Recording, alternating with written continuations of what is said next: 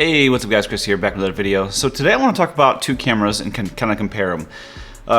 First camera being the Canon EOS M6, and this one that I'm shooting on here, the Sony ZV-E10. I'm here on the ZV-E10 today, and I'm using the Tamron 11-20 F2.8 lens at F2.8.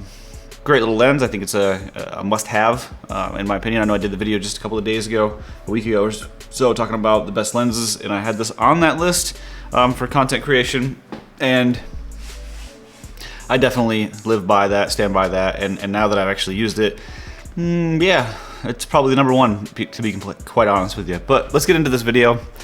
All right, so let's talk about the Canon EFM versus Sony ZV-E10, and we'll get into, sensor first off. We'll get into a couple different things here. So first off, you have the 24 megapixel APS-C sensor that was made. It's the same sensor that's been in the Sony APS-C cameras since like 2014, I believe, if I'm correct. And the Canon EOS R6 has got a 30 megapixel sensor in there that was created in 2019. It was brand new. So you're going to have just more recent technology. You're going to have better readouts. You're going to have better, less rolling shutter. This camera, the ZV-E10, as good as it is kind of terrible when it comes to rolling shutter. And just the overall speed of the camera is just a little bit lacking in comparison to the Canon EOS R6. Now, as far as image quality goes on these two cameras, I mean, you're not going to go wrong with either one of them, but here's my experience. Now, I do not have the EOS M6, but I have had extensive experience with the M50, M100, and then several other Canon DSLRs as well. And here's my experience with those two cameras.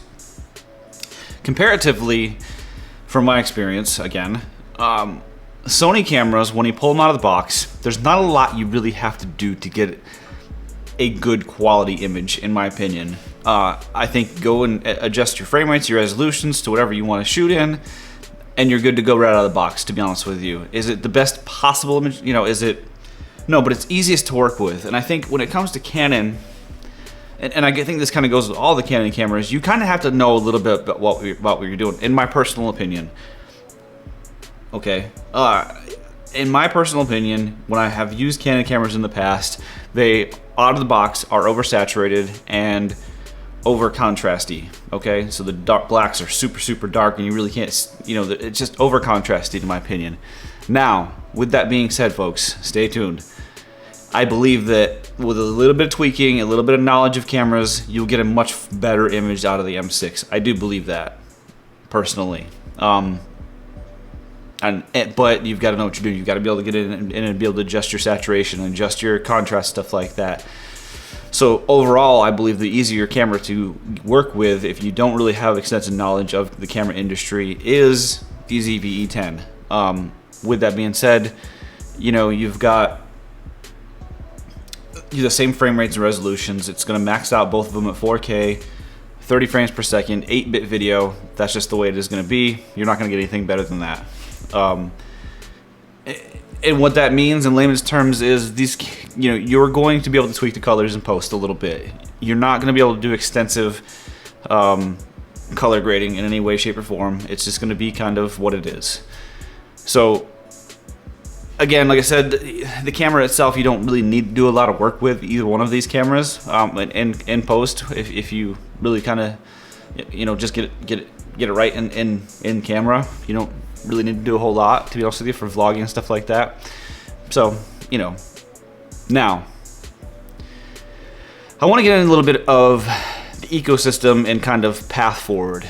And here's the thing: when it comes to the EFM mount, I do not believe that at this point in time in 2021 that you will get any more EFM lenses. So what you've got currently in the system right now is all there's ever going to be. Now, with that being said, you can buy adapters for this camera and be able to put all of the legacy EF glass on there. So I mean, you've got an extensive lineup of camera lenses. But here's what I also can tell you. When I go down to the local camera store that I have here in my hometown here, at least on display, there are no EF glass. It's all mirrorless now. They have a complete lineup of RF lenses, which is the newest. you know, and there is no APS-C version of that at this point in time as of September 2021.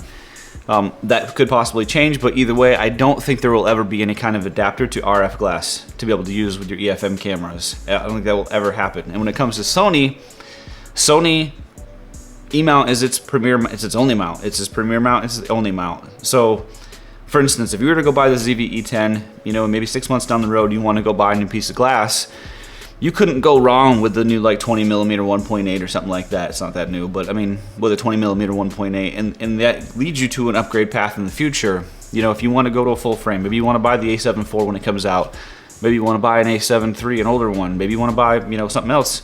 You have such an upgrade path. You don't have, I mean, while it does have, the APS-C has a decent setup of lenses for APS-C specific, and now especially with Tamron coming on board, Sigma coming out, they've been around for years now. So those Sigma lenses, the 1.4 lenses, there's the 30mm, 16mm, and 56mm. They also have them for EFM. So I mean, when it comes to the EFM system, it is complete. It has everything you need. Nothing is super spectacular. I think the best lenses are those Sigma lenses. There's like a 32mm 1.4, but it's probably twice as expensive as the 30mm 1.4 for Sigma. So honestly, I'd go with the Sigma. You do have an 11 to 22. There is some telephotos, like a 55 to 200. And then obviously you can adapt EF glass to it, which, you know, you've got a complete lineup of EF glass, Sigma, Tamron, Canon lenses that you can work with. But again, you're gonna have to adapt, and you've got a small camera. The M6 is a quite small camera, and you'd have to adapt, you know, a large lens to it. So, I mean, and your battery life is gonna be, you know, it is what it is. There's no option to put a battery grip on either one of these cameras. So that is what it is. I think your best bet, I mean, to be honest with you, if you're asking me to decide right now which one I would buy, I do like the M6. I think it's a great camera, but when it comes down to what the future leads for EFM, I think it's pretty much over with, to be honest with you. I think that there's better chance of us seeing an RF APS-C camera than there is anything else from EFM.